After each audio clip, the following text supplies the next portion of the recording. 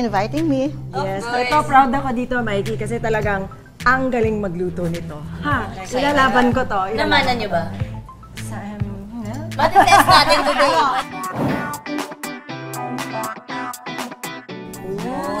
yun ang traditional. Yeah, na traditional. pakbet. Kasi normally, pag nagigisa, that's the Tagalog Version. Yes. Yes. But the Ilocano The Ilocano version. version is, sabi nga sabay-sabay nilalagay. Mekus-mekus. Yes, Alam niyo po ba yun? Yes. Alam po kami yung mekus-mekus. Alam ko yun. Updated siya. Ano po ang storya nitong pakbet sa inyo? Every Sunday yan ang tradition namin. Every Sunday, pag linggo, tatawag kami days before, pwede mo bang i-prepare yung ganito? May orders na. Oo, Kumbaga, may okay, pre-order okay. na kami. Kasi talaga naman, hinahanap namin yung lutong bahay niya. Pag kumain kami sa labas, yung mga mukha namin, Disappointed. yes. Oo, Oo, I kasi understand. yung panglasa namin when it comes to Filipino food, yung luto niya Standard na si talaga. Mami. Yes. Siyempre iba yun. May special ingredient eh. May love. Ito ang mga sangkap ng pinakbet Ilocano ala Mami Sena. Luya, bawang, sibuyas, kamatis, bagoong isda, sitaw, ampalaya, okra, kalabasa, talong, at asin. Para mas maging espesyal, dadagdagan din natin ito ng toppings na bagnet. Ano po ba ang proseso ng pagluto Okay, nitong unahin natin yung mga luya, bawang, sibuyas, kamatis. Okay. Lagay doon. Kailangan pong oil? Hindi na. No. Kasi walang Wala, sige pa. Okay. And, Maricar. Ako daw. Maricar. na ba? Ayan.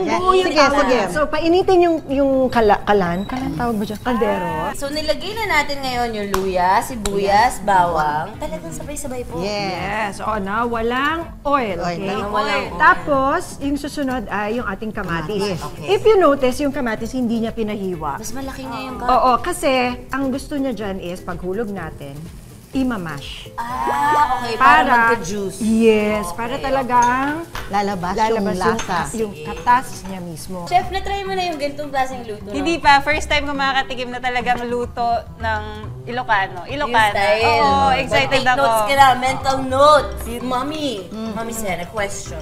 Okay. Bakit po basang bagoong ang pinipili nyo? Usually, pag pakbet yung talagang... Alamang. Alamang. No, that is the Tagalog eh. Ang Basang Ilocano. bagoong po talaga pag Yes, Ilocano. basang bagoong isda ang tawag natin. Bagoong isda. Isda. Ilalagay na po Yeah, natin. sige, lagay mo na. Lagay na po natin. Ayan.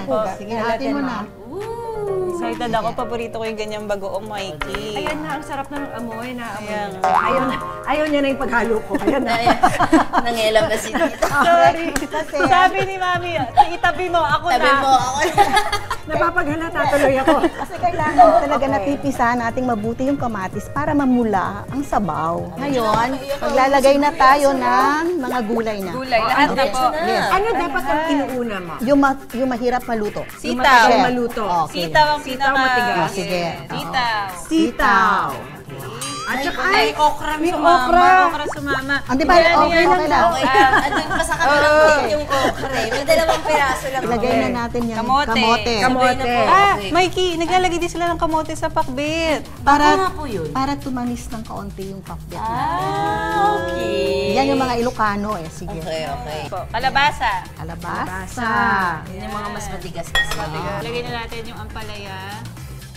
Ang healthy na Tsaka siya. talong. Saka talong. Mikey, pati yung talong, oh. Tignan mo. Ganun din yung Parang pagkakaroon. yung flower cut. Oo, para po. Ganito po yung hiwa na ginagawa ng mama ko sa hotdog ng mga bata ko. Yes! Ng hotdog. Diba? So, nalagay na natin lahat ng gulay. Kailangan natin nalagay na tubig. And ngayon, tatakpan natin. Okay, ito Sa po. makulo. Hanggang sa kumulo siya at maluto na. At iintayin na lang nating maluto, saka natin ilalagay ang bagnet. Ganun lang po kadali. Ganon lang kasi. Gano'n po katagal to? How do we know pag Maluto ang pinakbet. Nakipagtsikahan muna kami kina Miss Maricar at Mami Sena. Mami Sena, may signs po ba nung bata si Miss Maricar na in-expect yung mag-aartista siya? Ay, oo, meron Ano talaga. po yung mga yun? Kasi, bata pa yan, pag Christmas party sa bahay, nangunguna yan. Gusto niya siyang nag-host. Gusto niya kakanta siya. Ay, what? At meron kaming figurine na malaking elepante, tatayo pa siya doon at doon siya kakanta. Stage mo yung elepante yun. Okay, this is Go Bingo once again. Here's Maricar to give you a review of all the numbers that came out today. Okay, at para sa ating winner ngayon, dito sa Go Bingo, Pero against kami lahat na pumasok siya ng show. Ay, talaga po? Bakit po? Napilitan na pakiusapan kami ni Kuya Germs. Yeah, that's the story. Ilan taon po ba kayo nung nag-umpisa kayo? Nag-start ako 12. 12 years old. 12 going 13. Tapos paano po kayo na-discover ni Kuya Germs?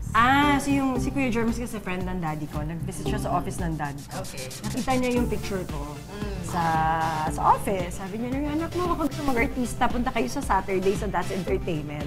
Manood kayo. O artista talagang gusto ko maging paglaki ko. O kaya, kung hindi man, beauty queen. Eh, kaso hindi ako tumangkad. Maglalagay ng konting asin. Ito na nga yung sinasabi ko na pag hindi ka nag-pay attention, merong biglang pumapasok na. Oo. Kayo, Titikman ko tumikim. yung version niyo po. Ay, oo nga. Parang pwede na. Bagnet. Ito yung, naku, specialty ng Ilocano. Yung bagnet na fry na natin. Yes. Kailangan luto na. Lalagay na lang natin. Kasi mahirap yatang lutuin ang bagnet naman. Piniprepare. summer ngayon, syempre, kailangan 3 times a day maligo, di ba? I'm sure naaalala din ni Mommy kung ano pong very first project niyo. TV. Yung pag-umpisa niyo po mag-artista. TV kay Connie Reyes. Hindi ba that's entertainment? That's entertainment, pero Kasi Sa doon ako TV. nag-start. Okay. So, doon ako talaga natuto, na-train. Siyempre sa That's Entertainment. Mga 2 years yung That's Entertainment. Ano? Sa movie po, anong una? I think yung first sexy movie ko. Katayan. With Jo Marie Iliana. Yes. Okay lang po ba sa inyo yung sexy movie? Yun ang trend. Nakabantay akong gano'n. Oo. Ano eksena? Oo, gusto mo yung nag-eksena ka dyan, may kakissing scene ka. Tapos nandyan siya, nakaganyan siya. Kasi nagbabantay siya, ayaw niya na marami masyadong tao. Hindi naman po na-affect yung trabaho niyo, no? Ay, meron akong isa na actor si Tonton. Tonton Gutierrez. Binulungan niya ako. Naiilang ako sa mami. Kasi nanonood! Saka gusto ko, walang masyadong tao pag ganun mga daring scenes. Check lang daw muna to. Okay na yan. Ayan. Half-cook lang tayo. Okay na Half-cook. yan. So, masarap. So, kamusta naman po ang marriage? How do you feel about it? Nasa picture po ba ang daddy? Ano yun? Anong definition what's ng it? marriage? Nakakain ba yun? Ano yun? Nakakain ba yun? Nilalagay ba yun sa pakbet? Parang ba yun? Parang di Kung namin hindi alam po ang dumaan sa ingredients. isip yung ikasal. Ha? Tapos na. I did. I was married long time ago. I was once married. Wala na, lost na siya. Ayaw niyo na. Are you now, close na yung mind niyo about marriage? Are you open to getting married? Ay, wow! Ang lalim naman ng tanong. Siguro in the future, yes. Game pa kayo. Oo naman. Masarap yung pakiramdam pa rin ng kinakasal. Tsaka yung wife, ganon, or yung husband. Oo naman. Maya-maya pa, ready to serve na ang isa sa Ilocano specialties ni Mommy Sena, ang pinakbet.